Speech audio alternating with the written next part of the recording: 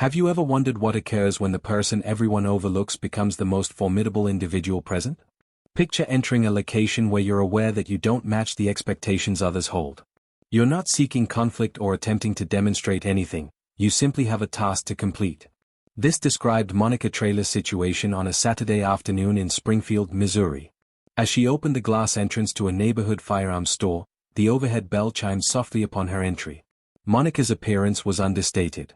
She dressed in denim pants, a plain gray sweatshirt, with her hair secured in a ponytail. Her look didn't demand attention, yet every gaze shifted toward her, though not welcomingly. The scent of lubricating oil and aged timber permeated the space.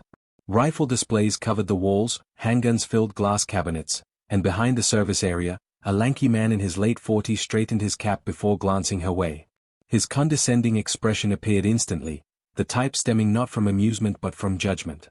Monica detected it immediately but chose to disregard it, having trained herself during her military years. Not every slight warranted acknowledgement, and not everyone deserved her energy. She simply sought to examine a dependable weapon for household security. Before she could advance 3 paces, 2 male customers near the display case spoke loudly enough for her to overhear. "I doubt she knows the barrel from the grip," one remarked. His companion snickered, "She's probably here for social media photos with a gun." Their mockery echoed sharply off the display cases. Monica continued forward, though tension built within her chest. This treatment wasn't unfamiliar, she'd endured scrutiny her whole life, whether as a woman entering male-dominated environments or as a black person in spaces where others questioned her presence. She tucked her hands into her sweatshirt pockets and proceeded, examining the merchandise. The employee eventually addressed her, his tone more challenging than helpful. "Need assistance with something?" Monica briefly met his eyes before focusing on the handgun display. "I'm looking for something compact and dependable, a 9mm would be ideal." The man's eyebrows rose with apparent amusement. 9mm? Are you certain that's not excessive for you? Monica remained composed. "I believe I can manage." One nearby customer laughed again. "Careful, she might outperform you." The clerk smirked and shook his head dismissively. "Let's see our inventory." Monica exhaled steadily, recognizing this wouldn't be a straightforward purchase, but refusing to leave due to the hostile atmosphere. She'd endured far worse conditions. Memories of overseas deployments surfaced, scorching days with sandstorms that felt like sandpaper against skin, nights interrupted by distant gunfire, hours comforting homesick soldiers or those grieving fallen comrades. These experiences were woven into her identity, and no stranger in a gun store would break her resolve. Still, the treatment stung and angered her more than she cared to admit, not for herself, but for what it represented. Regardless of one's sacrifices or service, some people only perceive what they choose to see. She placed her palm on the glass counter, speaking steadily, "Show me that Glock 19. The clerk hesitated before retrieving it from the case. As he presented it, his smirk persisted. She lifted the firearm, assessing its balance and weight. It felt familiar, almost reassuring. The room quieted somewhat, but the mockery lingered, waiting for her to falter and confirm their prejudiced assumptions. Monica refused to provide that satisfaction. Unknown to them, someone was about to enter who would completely transform the situation. The Glock felt cool and substantial in Monica's grasp. She didn't hold it like someone handling an unfamiliar object, but with practiced familiarity. Her fingers evaluated the grip while her posture adjusted slightly, transporting her mentally to the shooting range where she'd stood alongside soldiers who trusted her with their lives. The clerk leaned against the counter with folded arms. "Decent," he said mockingly. "Though beginners typically start with smaller, more manageable options." Monica looked up calmly. "I'm not inexperienced." The man tilted his head skeptically. "Have you fired weapons before?" Before she could respond, one nearby customer interjected, "Come on, sweetheart, tell us your most advanced shooting experience, a .22 at a fair." His friend laughed, elbowing him as if they'd delivered the day's best joke. Monica carefully returned the weapon to the counter. She refused to let them provoke her, though her patience had boundaries. "I've fired considerably more than that," she stated evenly. The clerk raised an eyebrow. "Such as?" "A .380. Monica studied his expression before simply responding, "An M249. That statement struck like a thunderbolt. The corner laughter ceased, replaced by uncomfortable exchanges. The clerk blinked, torn between disbelief and maintaining his arrogant facade. The taller customer leaned forward. "What did you say?" Monica repeated clearly, M249, a light machine gun, belt-fed, approximately 750 rounds per minute firing rate. The store fell silent again, with only a refrigerator's hum filling the void. Then, apparently to salvage his pride, the clerk forced laughter. Well, look at that. Speaking the technical language. Perhaps you've studied some manuals. His words carried sarcasm, but his eyes revealed uncertainty. He hadn't anticipated that response. Monica maintained her composure. She wasn't trying to prove herself to anyone present but wouldn't allow herself to be cornered either. Another patron, an elderly man by the ammunition display, had been observing quietly. He finally spoke. Sounds like she possesses more knowledge than half our usual customers. The clerk shot him an annoyed glance before returning to Monica. Fine, suppose you've handled larger firearms. That doesn't qualify you to purchase one of these. What's your intended purpose? This question cut deeper than the rest. It challenged her very right to be there. Monica drew a steady breath. 4 identical reasons anyone else here would buy one: safety, security, and because it's my constitutional right. Her voice wasn't raised but carried authority. The men at the counter shifted uncomfortably, leaving even the clerk without a ready retort. Monica placed both palms flat on the glass surface. She felt the stares pressing from all directions, silent judgment attempting to force her exit, but she remained planted. She wouldn't depart until she chose to. The 2 men who'd initially mocked her whispered again, but their laughter now seemed smaller and more forced. Something about her tone unsettled them, though they'd never acknowledge it. Monica stood firm inside, her heart racing faster than she revealed. She wasn't immune to the sting. Each word and chuckle wounded her, but she'd spent years learning when to stand steady. The elderly man near the ammunition spoke again, his voice calm and respectful. Young lady, ignore them. Some people fail to recognize strength when it's directly before them. Monica turned slightly and gave him the slightest nod, appreciating his support even while not wanting to show too much vulnerability in that moment. The clerk shifted, suddenly more interested in polishing glass than maintaining his smirk. The corner men appeared restless, anticipating further developments, and they were about to witness them. Before the tension could settle, the door opened again, and this time it wasn't just another customer entering. The entrance bell chimed once more, but instead of anyone noticing the newcomer, the group near the counter maintained their focus on Monica. The clerk, emboldened by their attention, leaned forward grinning. You know what's amusing, he said, his voice carrying throughout the shop. People watch some films, maybe play video games, then visit here believing they're authorities. One man barked laughter. Right, what's next? She'll claim Special Forces experience. The laughter intensified, echoing off gun cases and hunting equipment displays. The sound carried that sharp mockery aimed not just at her but at anyone failing to meet their unspoken criteria for deserving respect. Monica set her jaw, considering returning the Glock and leaving. But departing now would give them exactly what they wanted, proof she didn't belong, and that wasn't acceptable. Instead, she rotated the weapon in her hand, checked the slide with practiced ease, then returned it to the counter as calmly as if nothing had been said.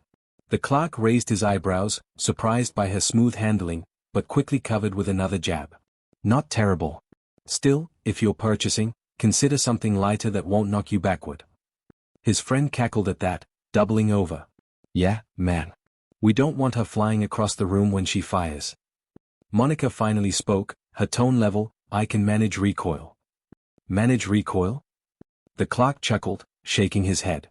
Lady, you probably couldn't load a magazine without assistance. That hit harder because it wasn't just dismissive, it was meant to belittle her at the most fundamental level.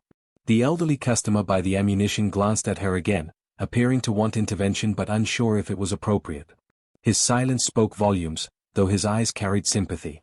Monica placed both hands flat on the counter, leaning slightly forward, not aggressively, but steadily. I don't require anyone's assistance.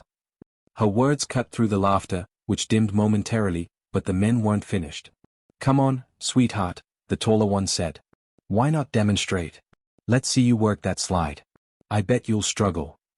The clerk smirked, clearly entertained. Yes, why don't you? For Monica, this wasn't about proving herself to them or even about pride, it was about refusing to diminish. She picked up the Glock again, verified the chamber, and in one fluid motion, operated the slide effortlessly. The sound echoed, a clean, sharp click that silenced the smug grins. A moment of silence followed, then the shorter man forced laughter. Well, anyone can do that. doesn't mean she knows how to use it properly. The clerk jumped in, eager to maintain the mockery. Right, it's one thing to play around here, but this isn't a toy. This is serious business. People get injured when they're incompetent. Monica returned the weapon, her expression calm though her pulse raced. She thought of soldiers she'd trained, men who'd initially doubted her until they witnessed her hit target after target without missing. But she wasn't about to share her history with this crowd. Not yet. The clerk leaned back, appearing satisfied. Tell you what, why not look at pepper spray instead? Might be more appropriate for you. The laughter erupted again, harsher this time, filling the room. Monica's hand twitched slightly against the counter, but she maintained composure. She wasn't there to provide entertainment.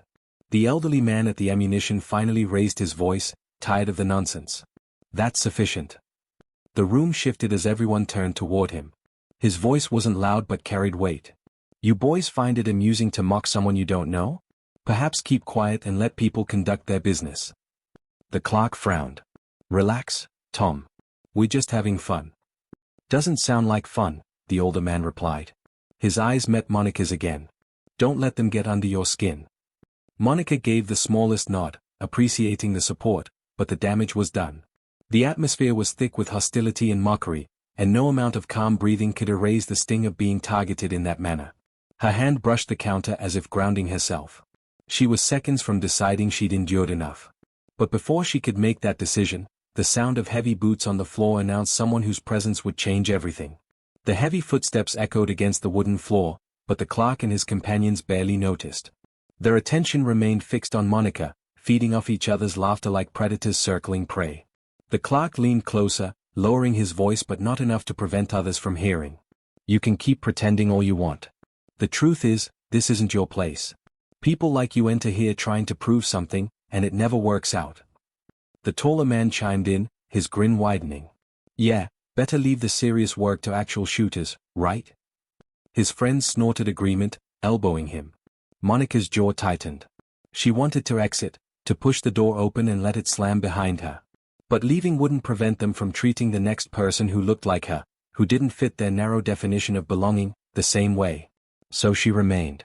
She leaned forward slightly, her voice calm but firm. You know nothing about me, and you don't need to. I owe you no explanation. The clerk raised his eyebrows. Well, you certainly sound like you're hiding something. Anyone can talk tough. Show me some credentials, then maybe I'll believe you. His challenge stung, not because she couldn't meet it, but because he assumed she needed his validation. Monica straightened, her shoulders squaring. I don't need to prove anything to you. The laughter returned, sharp and mocking. The shorter man clapped dramatically. Ooh, she's tough. Watch out, boys. We have a real warrior here. The taller one added, right, until she drops that thing and injures herself. For Monica, it was no longer just about their words, it was about the eyes in the room. Every other customer watched silently, some with pity, some with discomfort, but none stepping forward except the elderly man by the ammunition. Their silence was almost as loud as the laughter. She remembered nights overseas when her unit doubted her, when every action she took was scrutinized twice as hard. Yet she had outlasted them all, her record speaking louder than any insult. That same fire stirred now, pushing her to stand taller. She picked up the Glock again, her grip steady, her movements fluid. She aimed carefully at the back wall, finger off the trigger, then lowered it again. She didn't need words, her actions spoke for themselves. But the clerk chuckled anyway. Nice little performance. Did you practice that in the mirror? The men roared with laughter again, uglier this time, harsher, as if they needed to drown out the uncomfortable silence creeping in from the rest of the store. The elderly man near the ammunition shook his head. Pathetic, he muttered, not even hiding his disgust. The clerk spun toward him. Excuse me? I said it's pathetic, the man repeated louder. The way you're treating her. I've shopped in this store for years, and I've never witnessed a customer mocked like this. You're completely out of line. The clerk's smirk faltered briefly. Relax, Tom. We're just joking around. No harm intended. Tom's voice hardened. You call that harmless? That's not harmless. That's disrespect, and you know it. The two men near the counter shifted uneasily, suddenly less amused. They didn't like being called out, especially not by someone they recognized. Monica took a breath. She was grateful for Tom's words but didn't want to be defended as if she couldn't stand for herself. She spoke again, her voice cutting through the thick air. "I've faced worse than this. You think you're intimidating me? You're not. You're just showing the world what small looks like." That silenced them. Even the clerk, momentarily, had no comeback. The words hung in the air, heavy and sharp. Then, before anyone could respond, the sound of a deep voice rolled across the room, "Sergeant Traylor." Everyone turned. The door had barely swung closed behind the man who had just entered. He wore civilian clothes, but his bearing was unmistakable: broad shoulders, upright stance, sharp and commanding eyes. The clerk blinked in confusion. What?" The man walked forward with purpose, his boots hitting the floor like a drumbeat. He stopped just a few feet from Monica. Without hesitation, he lifted his hand and gave her a crisp salute. The store froze. But this wasn't just respect, it was recognition, and it was about to shatter everything those men thought they knew. The salute hung in the air like thunder that wouldn't fade. Commander Richard Holbrook stood tall, his hand raised with precision and reverence, the kind that wasn't done lightly or as some empty gesture. It carried weight and history. The men who had mocked Monica went silent instantly. Their laughter, their smirks, all of it drained away as they tried to comprehend what they were witnessing. The clerk's mouth opened, but no words emerged. Monica blinked, taken off guard herself. She hadn't expected to see him here of all places. Slowly, almost reluctantly, she returned the salute, her hand steady despite her pounding heart. "Commander Holbrook," she said softly. His face broke into the faintest smile as he lowered his hand. "Good to see you again, Sergeant." That word, Sergeant, landed like a hammer in the room. The men by the counter exchanged glances, the bravado slipping right out of them. Tom, the elderly customer, crossed his arms and watched with quiet satisfaction. The clerk cleared his throat, his voice shaky. "Wait, Sergeant? You mean she's actually—" Holbrook cut him off without even looking his way. "Monica Traylor isn't just any veteran. She carried her unit through some of the worst firefights in Kandahar. I watched her drag 2 wounded soldiers out under fire when most people would have frozen. She earned the kind of respect you can't buy or fake." The silence that followed was heavy, suffocating. Monica felt every pair of eyes on her, but for once, it wasn't judgment, it was shock, disbelief, and maybe even shame.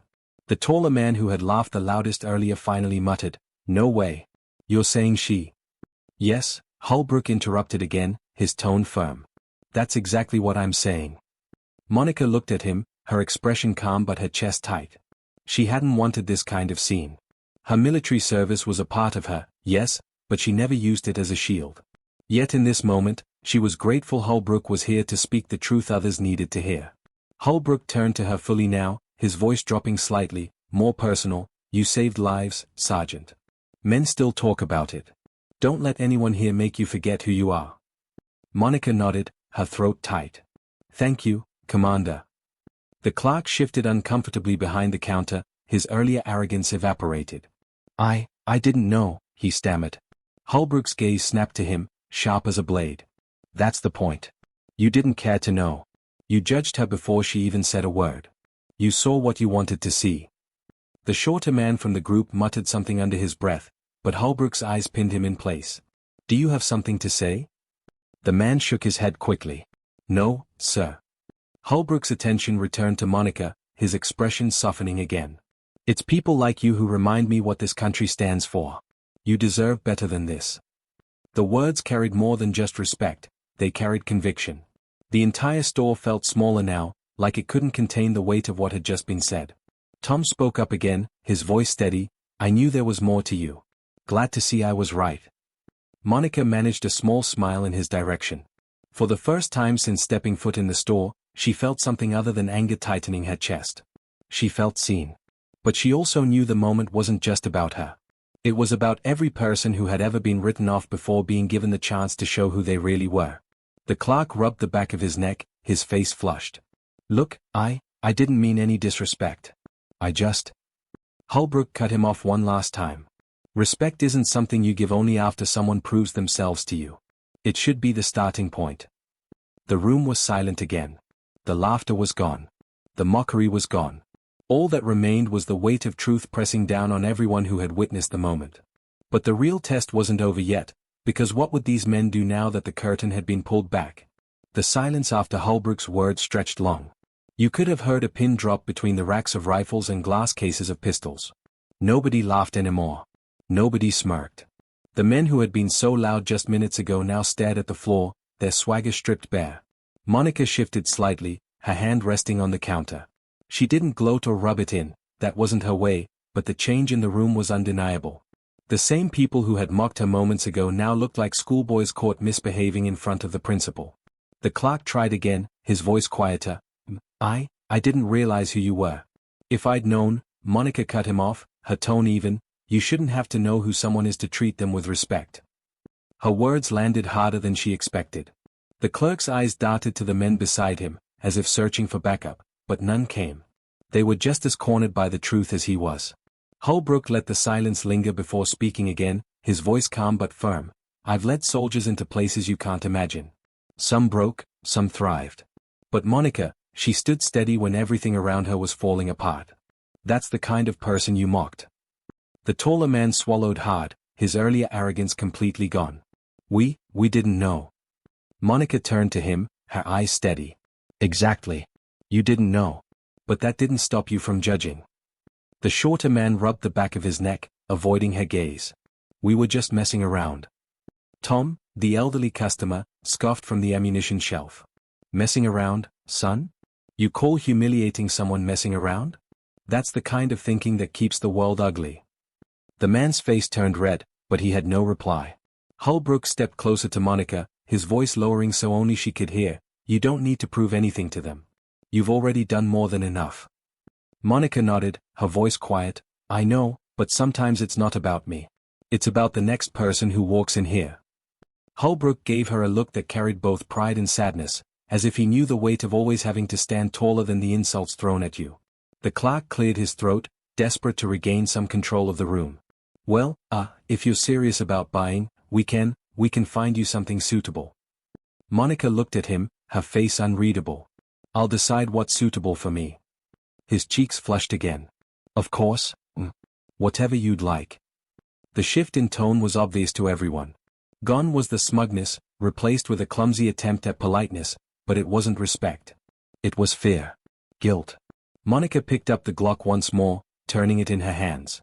The weapon hadn't changed, but the way the room looked at her holding it certainly had. Where they once saw a joke, now they saw capability.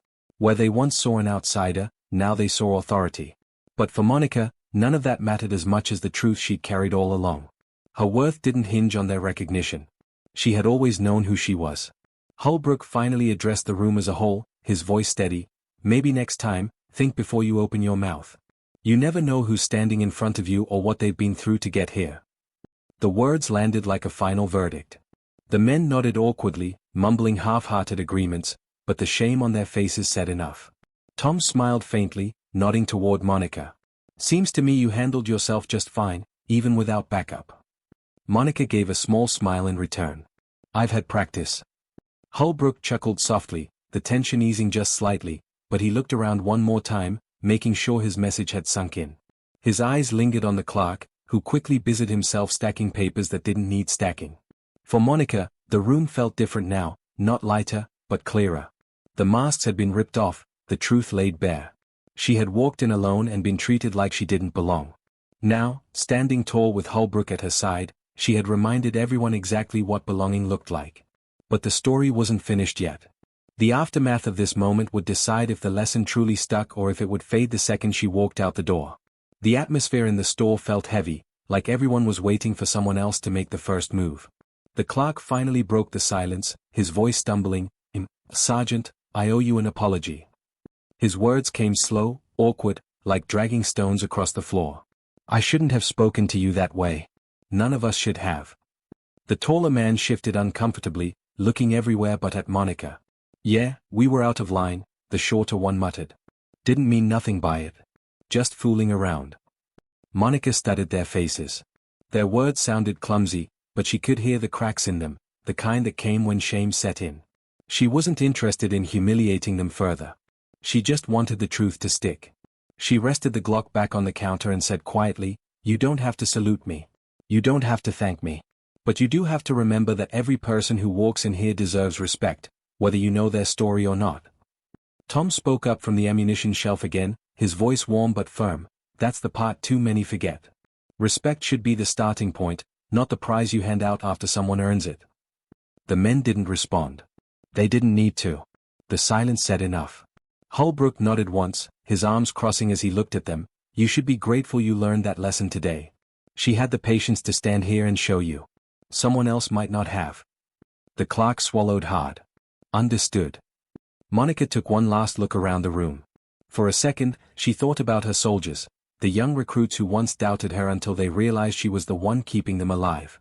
She thought about her parents, who taught her that dignity wasn't something anyone could give or take away. Then she looked back at Holbrook. Thank you, she said softly. He shook his head. Don't thank me. I just said what needed to be said. You've been proving yourself since the day I met you. Her chest loosened a little at that. For the first time since walking through the door, she felt like she could breathe. Tom walked over, placing a small box of ammunition on the counter. On the house, he told her. For the next time you come in here when the air is not so heavy. Monica smiled faintly. I appreciate that. Holbrook gave her a respectful nod. Keep standing tall, Sergeant. You remind people like me why we wear the uniform. With that, he turned and headed for the door, his presence still filling the room even as he walked away. The clerk tried one last time to make it right. If you ever need anything from this store, you'll get it. No questions asked. Monica didn't reply. She didn't need to. She simply picked up her bag, walked past the racks of rifles and shelves of ammunition, and pushed open the glass door. The bell above her rang again, but this time the sound wasn't mocking, it was freedom. Outside, the late afternoon sun washed over her face. She closed her eyes for a second, letting the warmth sink in. The voices behind her were muffled now, fading into the background. What mattered was the truth that had been spoken, and the weight of it would stay with them long after she was gone. As she walked to her car, she thought about something Holbrook had said: respect should be the starting point. That was the lesson, not just for the clerk, not just for the two men by the counter, but for anyone who thought they had the right to judge someone before knowing their story. Monica opened her car door, slid inside, and gripped the steering wheel for a moment. She whispered to herself, almost like a prayer, never let them decide your worth. She started the engine and pulled out of the lot, the sun dipping lower behind her. The day had been long and heavy, but it had ended with truth laid bare. And truth had a way of lingering longer than mockery ever could. And that's the message I want you to carry with you. People are more than what you assume at first glance. Everyone has a story you don't see, battles they've fought that you'll never know. Don't wait until someone proves themselves to offer them respect. Lead with it. Give it freely. It costs nothing, but it changes everything. If Monica's story moved you, don't let it stop here. Share this with someone who needs the reminder. Respect people not because of what you see, but because of what you don't see. Because the truth is, the strongest people often carry their strength in silence until the world forces it out of them. So next time you meet someone, start with respect. You never know who you're really standing in front of.